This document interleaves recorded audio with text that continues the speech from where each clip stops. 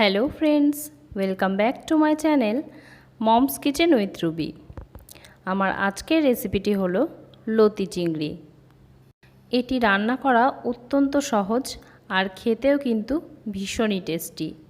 চলুন দেখে নেওয়া যাক আমার আজকের রেসিপিটি।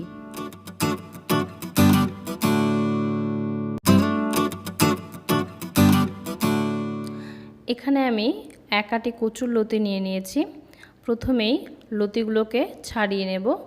এর জন্য একটা ছুরির সাহায্যে বারবার করে লতির গায়ে ঘষে নিতে হবে, এতে করে খোসাগুলো খুব সহজেই এইভাবে ছেড়ে আসবে।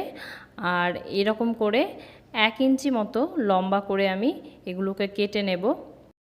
আর লতির মোটা অংশগুলোকে এভাবে আমি ছুরির সাহায্যে অর্ধেক করে নেব, এতে করে লতিটা খুব সহজেই রান্না হয়ে যাবে আর গলবেও খুব তাড়াতাড়ি।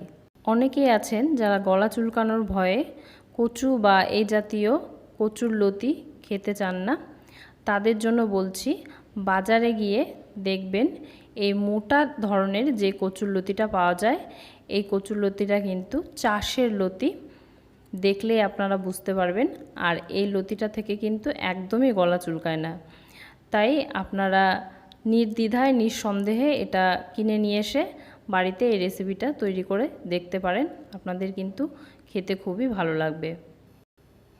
দেখুন, আমি ছুরির সাহায্যে বারবার করে ঘষে লতির গা থেকে আঁশগুলোকে ছাড়িয়ে নিচ্ছি।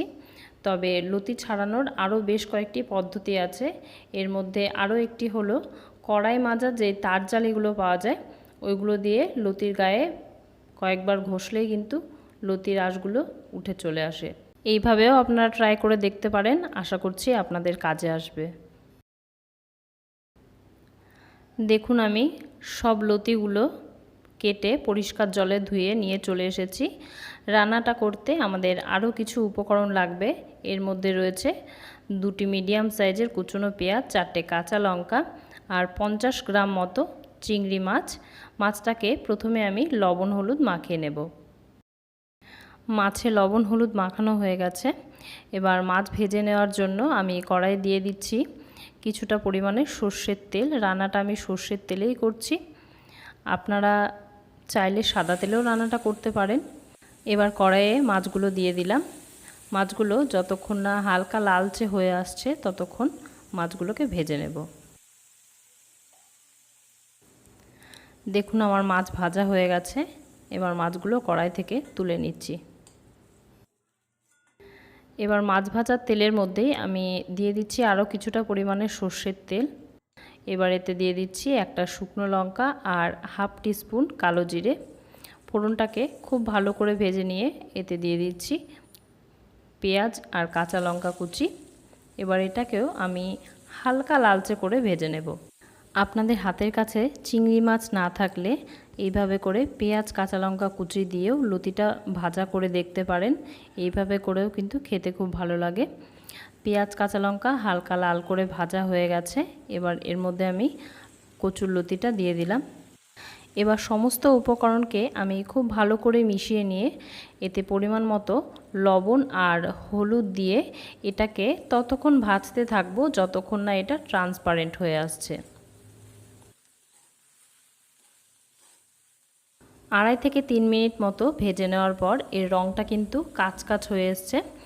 এবার এতে আগে থেকে ভেজে রাখা চিংড়ি মাছটা দিয়ে দিচ্ছি আর দিচ্ছি হাফ কাপ জল। এবার সব কিছুকে খুব ভালো করে মিশিয়ে নিয়ে ঢাকা চাপা দিয়ে লো ফ্লেমে এটাকে 3 থেকে 4 মিনিট মতো আমি রান্না করে নেব।